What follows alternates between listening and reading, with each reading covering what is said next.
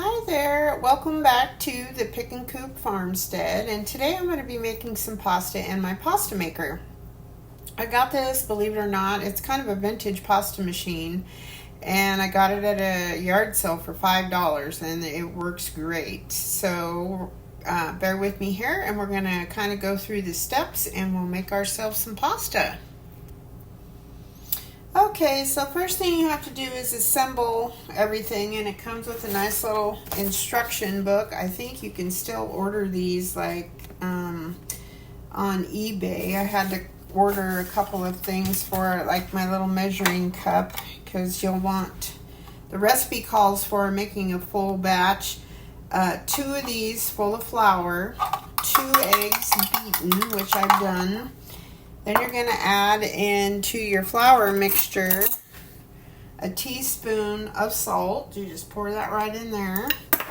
Before you get started though, you want to put they're called dyes. It comes with like probably about 10 different dyes. And dyes are these little round things. And they have several different shapes. We're making fettuccine. I don't know if you can see that or not. And then you have to locate the type of thing is stamped on here. It says fettuccine. That goes towards the bottom. There's grooves in here. There we go. That slides right on like that. Then this part screws on to hold everything into place.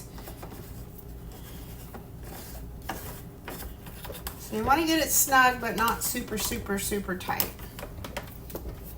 About like that. That's about as far as it can go. And then we'll finish with our mixture. We've got our 2 eggs.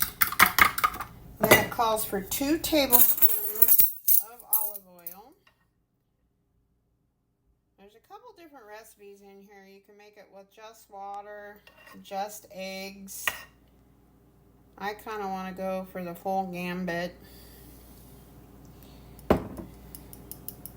And then I'm going to put a little half or quarter of teaspoon of garlic powder in there just to flavor my pasta a little bit. I think I'll go for maybe a quarter of a teaspoon. But you can season this up with whatever you like. It's, it's up to you. But I like a little garlic, or a lot of garlic. So you put that in. I kind of whip that around.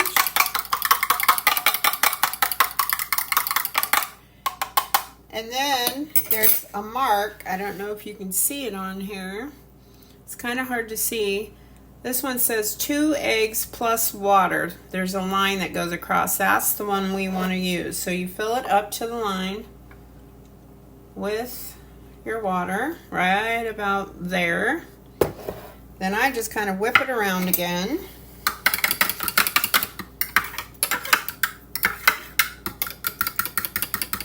Okay, so we have our wet ingredients all mixed together. Our dry ingredients are inside. I want to make sure this is turned off. There we go. And then I get like a big platter, that way my noodles will come out. And then I like to just cut them with a little knife as they get as long as you want them, and then you just cut them off. So it is kind of noisy, so be prepared here. Now we've got our salt in there. And I'm just going to kind of flip it around just a little bit.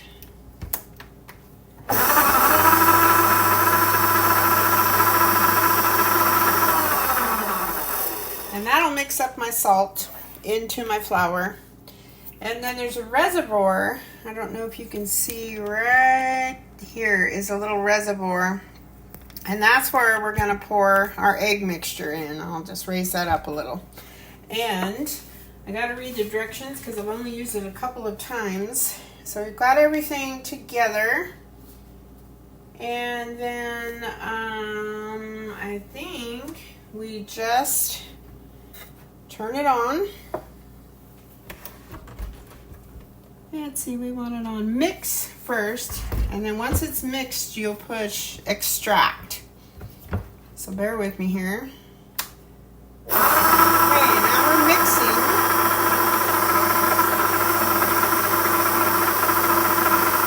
Pour a little bit at a time down this slot.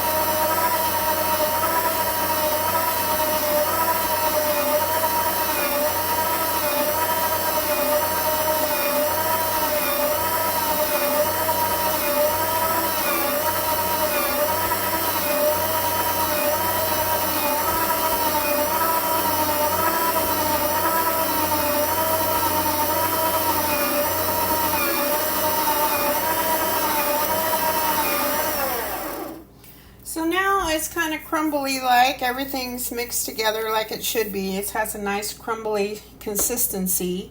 So before you push the extract or extrude button, you want to make it come to a complete stop. So we've got that done. So here goes nothing. I hope it works. Here we go.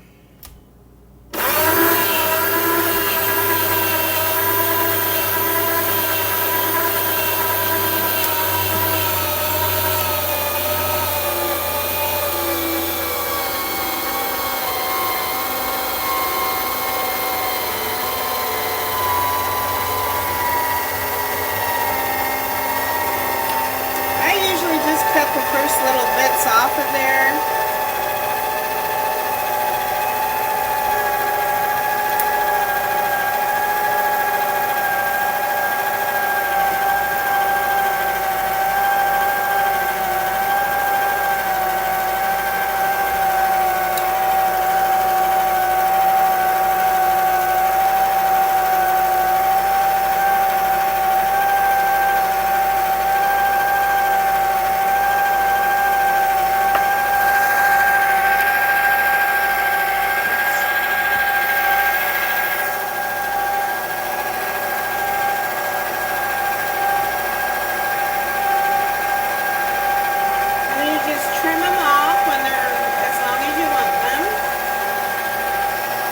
Kind of sprinkle them around so they can kind of dry a little bit.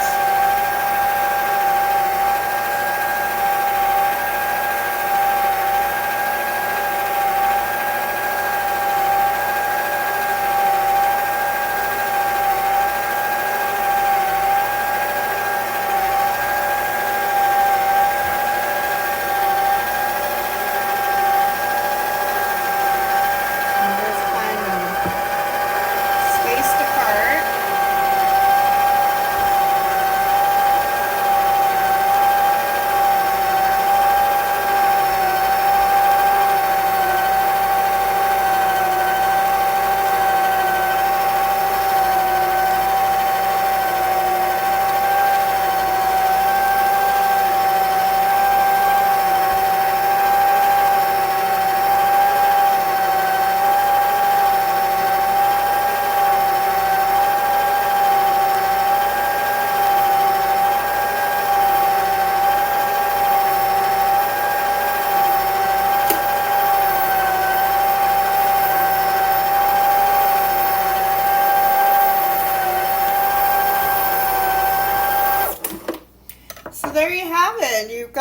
I just go ahead and continue. There's still quite a bit of dough left in here. And at this point, you can go ahead and you can dehydrate it. I did that before when I first got it. I did a couple little styles, and I dehydrated in my food dehydrator, and then I just stored them in these big plastic canisters, airtight canisters that I had, and it was nice because then I could just use them whenever I want. So my goal this year was to stop buying pasta from the store, and since I'm buying my flour in bulk, so now that is added to the list of things that I don't buy anymore. So, and then you can cook it fresh, you can dry it, just let it dry on a clean sheet or towel. You can hang dry it, you can do all different kinds of things. There's several different things you can add to it. You can add parsley, basil, spinach. You can use like a puree of spinach, use spinach juice. You can do a little bit of tomato juice instead of water, whatever you like. The sky is the limit. But it works wonderfully. I also have a little hand crank one that I also picked up at a yard sale for about $5. It's like brand new, a really nice one. But I haven't done that yet. You've got to roll out the dough a little bit and then run it through a couple times. So I'm going to practice with that one. Then when I get good at it, I'll make a video on that. So you guys have a great day, and I hope the sun's shining where you are. Bye-bye.